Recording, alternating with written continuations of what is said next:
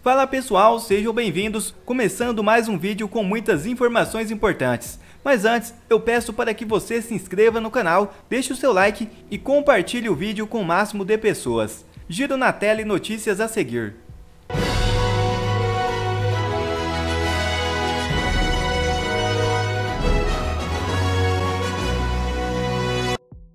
Pacheco levará a plenário PEC que limita poder do STF. Proposta pode reduzir o alcance das decisões individuais dos ministros. O Jornal Oeste traz os detalhes. Bom, agora vamos a Brasília. O Senado deve votar em novembro a proposta de emenda à Constituição que limita os poderes do Supremo Tribunal Federal. A proposta do senador Oriovisto Guimarães sugere a proibição de decisões monocráticas, aquelas tomadas individualmente por ministros do STF que suspendam a validade de leis ou atos dos presidentes da República, do Senado, da Câmara e do Congresso. A PEC também estabelece que o prazo para analisar uma ação por mais tempo será limitado a 6 meses, prorrogáveis por até mais 3 meses. Além disso, o chamado pedido de vista deverá ser concedido de forma coletiva. O relator da proposta, senador Espiridião Amin, ressaltou que a intenção da PEC não é retirar poderes do Supremo nem interferir em outro poder. Nós estamos tratando não de assuntos internos, nem do Senado, nem do Supremo. Isso não tem nada a ver com o funcionamento da casa. Isso aqui são os efeitos na sociedade da decisão monocrática do pedido de vista, ou, vamos ser bem claros, da postergação de uma decisão do colegiado. Ana, essa PEC já tramita há anos, né, no Senado, mas na CCJ foi aprovado de maneira muito rápida, né? A gente pode dizer que foi uma resposta da Casa, do Senado, ao Supremo, como a gente tem visto, tem julgado temas aí que boa parte dos políticos, dos parlamentares, considera invasão de competência no legislativo, né? Como, por exemplo, já falamos aqui, descriminalização do aborto, legalização do porte de maconha, a volta do tal imposto sindical e também a rejeição da tese do marco temporal das terras indígenas, para ficar só em alguns exemplos aqui, né? Que coisa, Paula, o Congresso tendo que passar PEC para que a nossa Constituição seja respeitada, né? É a redundância da redundância, mas é isso, o Brasil chegou nisso.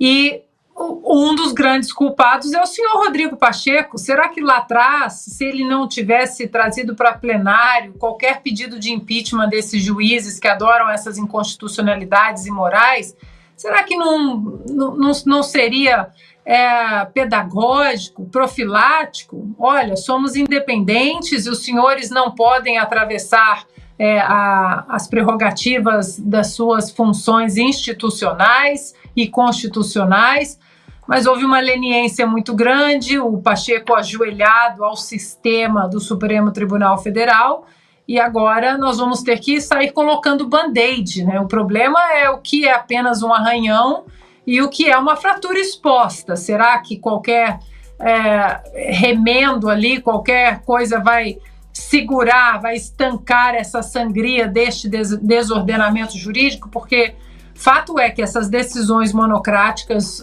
do Supremo, elas são uma aberração. O ativismo, se ele já é ruim na primeira turma, na segunda turma, ou até com a composição toda do Supremo, uma caneta monocrática ativista é imparável, né? É imparável e eles sempre vão colocar a política e os seus favores na frente da Constituição, como tem sido desde sempre, né? Principalmente nos últimos 4, 5 anos, quando Jair Bolsonaro se tornou presidente do Brasil. E aí veio, né, além daquele nojinho estético que estávamos falando, veio também o objetivo de derrubar um político que não fazia parte do sistema ao qual o STF fazia parte e hoje mostra que faz parte. Então falam tanto, né, da Suprema Corte Americana, o Justice para lá, o Justice para cá. Aqui não existe decisão monocrática, Paula. Não existe isso. Não existe decisão monocrática, não existe primeira turma, segunda turma, não existe câmeras, não existe esse circo todo que se tornou o Supremo Tribunal Federal. Então, que bom que essa PEC, apesar de redundante, pelo menos ela vai ser discutida para limitar os poderes do STF, porque eles estão ilimitados. Pois é, Consta, será que passa essa PEC aí no Senado para tentar frear um pouco os limites do Supremo Tribunal Federal, principalmente no que tange as decisões monocráticas, né? Aquelas que são decididas por apenas um ministro do Supremo Tribunal Federal? Se costuma dizer que não é uma Constituição Federal, né? São 11 constituições, né? 11 mais as turmas, é um caos jurídico. Muitos deles não seguem a Constituição, tiram das próprias cabeças o que desejam, né? Ou seja, são ativistas, são militantes, querem, de forma até confessada, né, empurrar a história, porque se enxergam como ungidos. Então isso tudo gera total insegurança jurídica no Brasil, perseguição político-ideológica, partidária, proteção, blindagem, viés, propaganda para o outro lado, né? Nós derrotamos Bolsonaro graças ao STF, o Lula está no poder. As confissões estão aí para quem quiser ouvir. Então é muito bem-vinda, sim, a PEC. O Oriovisto explicou. Isso não é de hoje, não é de agora, está sendo votado agora, mas ele mesmo contou mais de 800 decisões monocráticas que geram esse caos todo. Mas eu concordo com a Ana, tudo isso é uma espécie de band-aid. É um remendo, nós vamos tentar estancar uma sangria colocando o dedinho ali num dos ferimentos, enquanto que tem ali uma artéria arrombada e exposta, né? Então, de novo, eu vou insistir aqui no que eu já disse. Toda a mudança de tom do Congresso, do próprio senador Rodrigo Pacheco subindo alguns decibéis aí o tom, nada disso me comove se eles, Congresso, se ele, presidente do Congresso, Rodrigo Pacheco, não usar a arma que está ali carregada, disponível, é constitucional, é só apertar o gatilho, colocar no plenário para votar um impeachment de um desses que vem estuprando a nossa Constituição e criando uma ditadura de toga no Brasil. Augusto, eu vou ler só um trecho da declaração do presidente do Senado, Rodrigo Pacheco, em relação a essa PEC aí que tenta limitar um pouco os poderes do Supremo Tribunal Federal. Ele disse o seguinte, abre aspas, né? Sabemos também que os 3 poderes do Brasil são independentes e harmônicos, conforme reza a nossa Constituição Federal, e podem sempre evoluir, aperfeiçoar a sua atuação, seja por iniciativa própria, seja com a constituição de um outro poder, que, sem desrespeitar a autonomia alheia, proponha formas mais modernas de atender os anseios do povo. Fecha aspas, um trecho aí da declaração do presidente do Supremo, Rodrigo Pacheco, sobre essa PEC. Eu continuo otimista porque não tem agido assim por o presidente do Senado por grandeza, porque finalmente acordou, né, para a verdade, para a justiça, etc. Não, é por malandragem mesmo. É por malandragem, é por interesse eleitoreiro. Tá? O Congresso faz o que o povo quer. Ele está descobrindo que ele vem na contramão, diz que assumiu o posto. Ele está querendo melhorar a imagem. O pessoal foi longe demais. Nenhum político conseguirá circular nas ruas daqui a algum tempo se continuar apoiando o que o Supremo faz. Os ministros do Supremo já estão numa espécie de prisão domiciliar. Saem à rua, são castigados por vaias. Os deputados... O CDE revela e expressa preocupação com impunidade nos casos de corrupção no Brasil. Documento demonstra preocupação com casos anulados pela Justiça, propõe medidas para evitar politização da PGR e se contrapõe a Toffoli na decisão que anulou provas do acordo de leniência da Odebrecht. Gustavo Gayer explica. Nesse vídeo, eu vou pedir alguns minutinhos da sua atenção. Lula não está fazendo o Brasil passar vergonha diante dos olhos do mundo sozinho, e ele tem feito isso periodicamente. Primeiro, ficando do lado do invasor russo, a Rússia, né, contra a Ucrânia, o que foi uma vergonha para o Brasil. Depois trazendo um ditador narcotraficante condenado nos Estados Unidos aqui para o nosso território, e o tratando como um chefe de Estado democraticamente eleito.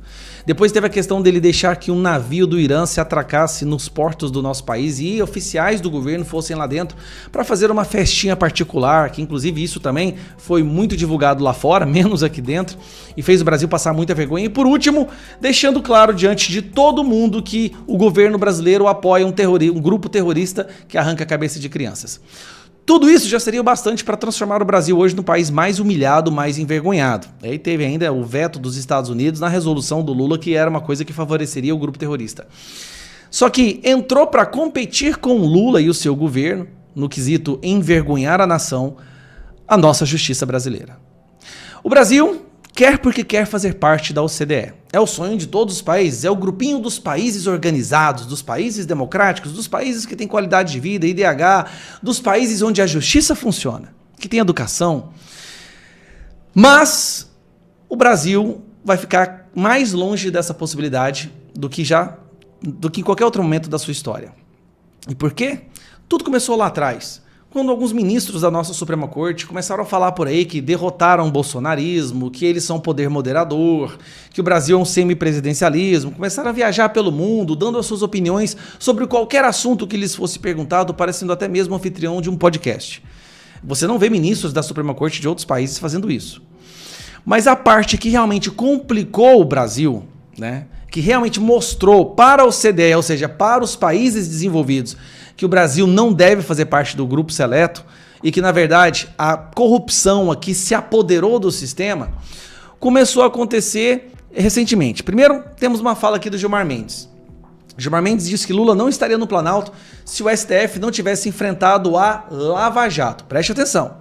É como se fosse uma declaração de que o STF colocou Lula lá na presidência porque o STF enfrentou a mais eficiente força-tarefa na luta contra a corrupção endêmica e sistêmica no nosso país. O que aconteceu hoje, meus amigos? Vamos lá. O grupo da OCDE demonstra preocupação com a decisão de Toffoli de anular provas da Odebrecht. Recentemente, Toffoli anulou as provas da Odebrecht. Todos aqueles que haviam sido condenados pela Lava Jato estão livres, leves, soltos, inclusive pedindo o dinheiro que eles roubaram de volta.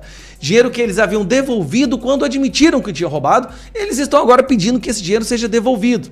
Daqui uns dias nós vamos devolver drogas para traficantes, do jeito que a justiça do Brasil está indo. Isso foi tão embaraçoso que a OCDE não deixou passar despercebido. A OCDE reprova o Brasil por falta de penalização em escândalos de corrupção. Relatório destaca preocupações sobre impunidade e cooperação internacional do combate à corrupção no Brasil. A OCDE, agora, primeiro foi a vergonha na ONU, mas agora a OCDE reprova a entrada do Brasil e penaliza o Brasil porque estão percebendo que aqui no nosso país a corrupção está acontecendo sem penalização. E não só isso, tem mais. A OCDE reconhece que há uma perseguição política aos membros da Lava Jato que ajudaram a desvendar o maior esquema de corrupção do mundo. Olha isso aqui, outro detalhe sobre o caso. A OCDE aborda o caso de condenação de Deltan Dallagnol no TCU como um dos casos de perseguição contra autoridades que combateram a corrupção. O relatório cita expressamente que órgãos internos do próprio TCU concluíram que não havia razão para condenação. Ou seja, a OCDE está percebendo que no Brasil o crime está perseguindo quem prende criminoso. E o crime, aparentemente, está usando ferramentas institucionais.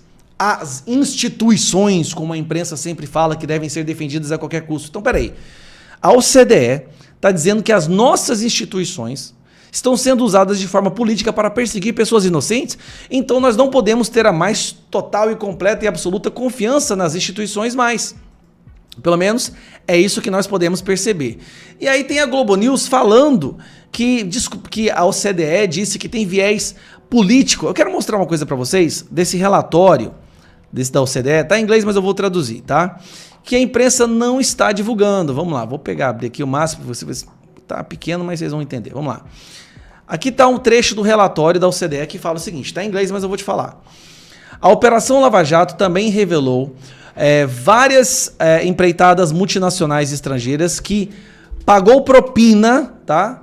Para oficiais públicos brasileiros para obter vantagens nos negócios para a Petrobras. A OCDE reconhece que a Lava Jato mostrou o esquema de corrupção. Que o esquema de corrupção existiu sim. Acho que eu posso aumentar um pouquinho mais? Se eu fizer assim. Que o esquema de corrupção no Brasil realmente existiu. E não foi qualquer coisa não. Foi o maior que o mundo já viu. Ai, porcaria. Acho que melhor assim. Agora vamos ver isso aqui, ó.